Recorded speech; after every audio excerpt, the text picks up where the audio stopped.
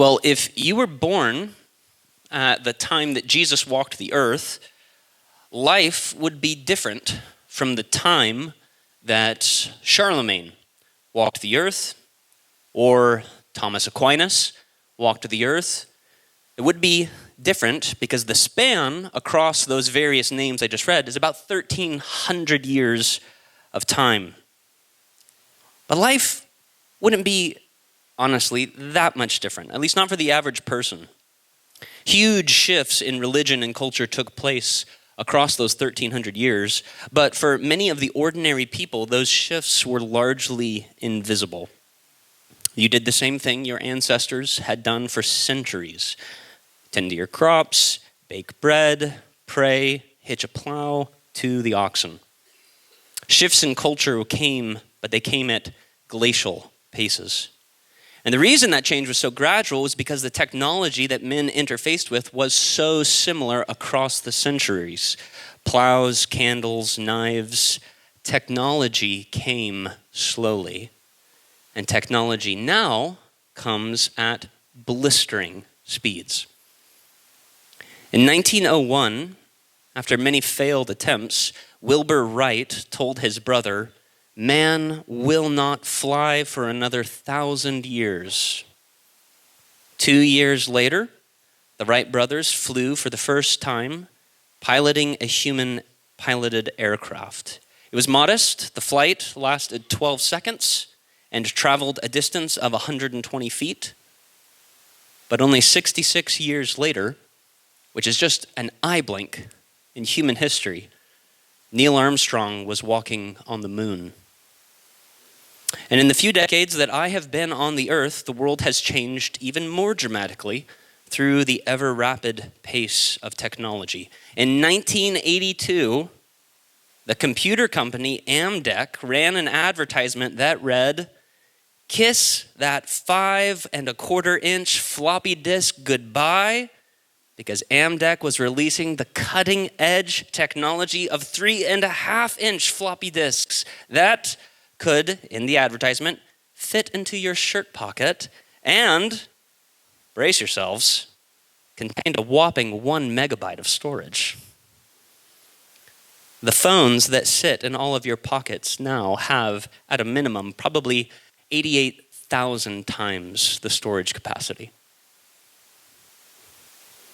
And as incredible as this is, what a wonder of human achievement, probably everyone you know and yourself do not feel necessarily unqualified excitement about this.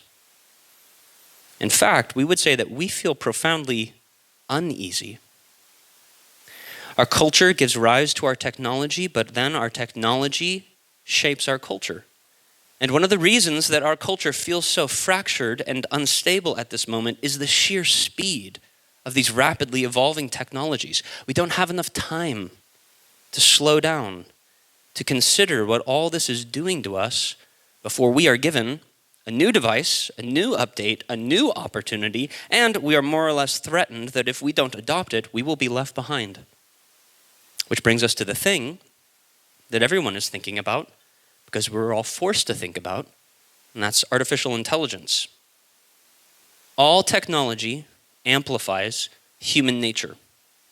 With a car, I can amplify my mobility. With a microphone, I can amplify my voice. And with noise-canceling headphones, I can muffle your voice.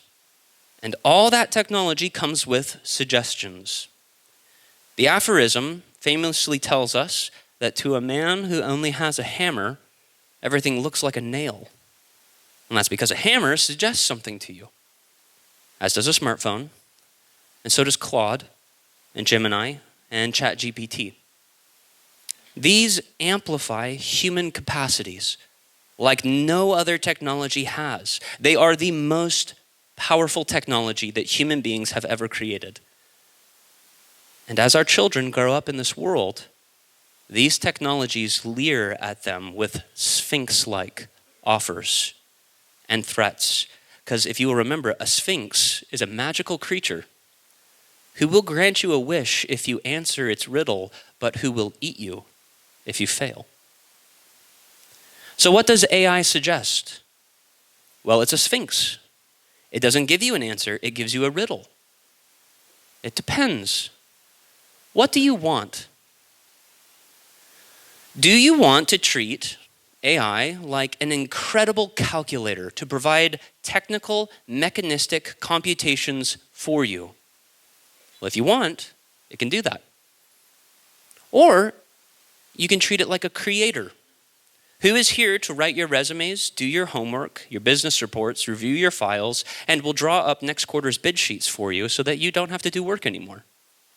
Well, if you want, it can do that. Or do you want to use it like a counselor? A person here to be a friend, to soothe you, to affirm you, to be the companion that no one else is, who will never judge you, never contradict you, always take your side.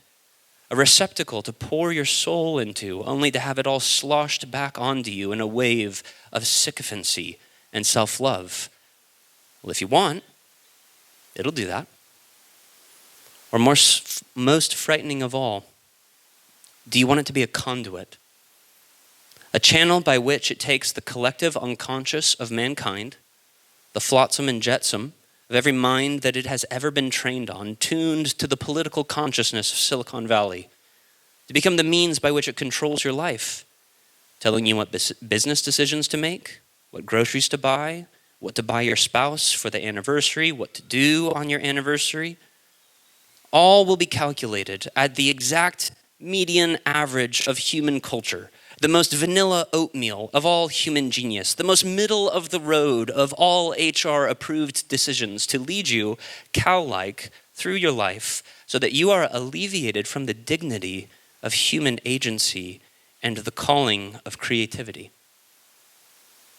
If you want, it'll do that for you. So it all comes down to what you want,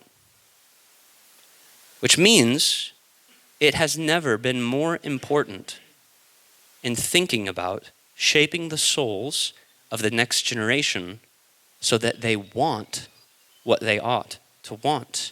How can we guarantee that our children will use this technology, which they most certainly will, wisely, like a calculator, remarkable power to solve riddles and questions, and not like a creator, not like a counselor, and certainly not like a conduit? How do we make sure that they will not use this in such a way that it cuts the humanity out of their chest? Well, it's a Sphinx. All technology really is.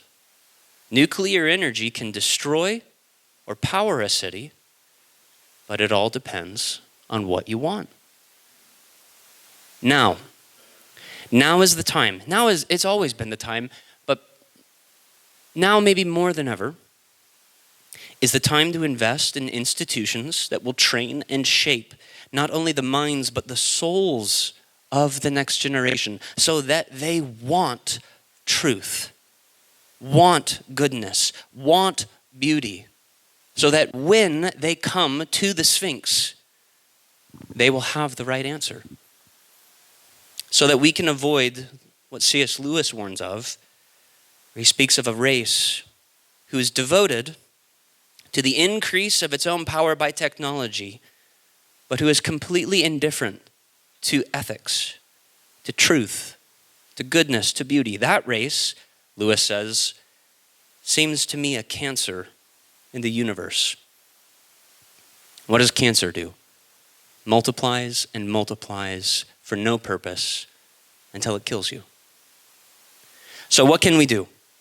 Well, right now, we can invest in institutions that will grow and shape the chests, the souls of the next generation so that they love what is true, good, and beautiful. Coram Deo is an academy that is here not just to train children in technical skills so that they can get high-paying jobs. It is an institution that is here to shape what the next generation loves so that they want what is good, so that when they meet that Sphinx, they are ready.